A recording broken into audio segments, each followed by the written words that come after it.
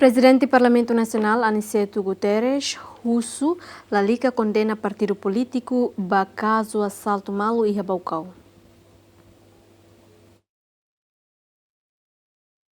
Presidente do Parlamento Nacional Aniceto Guterres Lopes Ateten, labele condena partido, mas be condena pessoal nebe envolve iha caso assalto malo iha Baucau, tambala iha partido ida mak orienta ne militante hode assalto malo.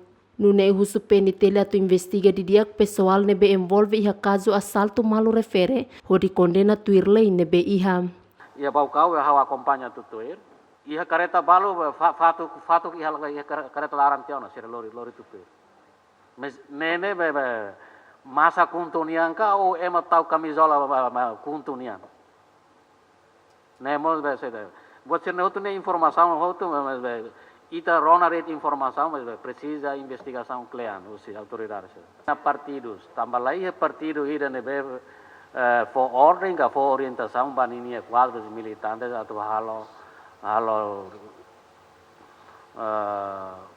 agressão física ou halo violência contra militantes quadros partidos mas apoiantes candidatos Ruma.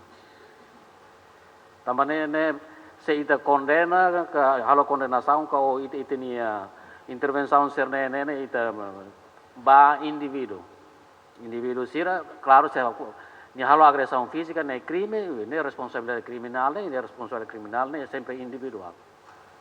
Daudau ne Polícia Nacional Timor-Leste halo hela processo investigação ba caso assalto malo entre militante partido Fretilin Hukunto nebe acontece iha Baucau domingo foi na Laisne. Fátima Pereira, Agustino da Costa, GMN.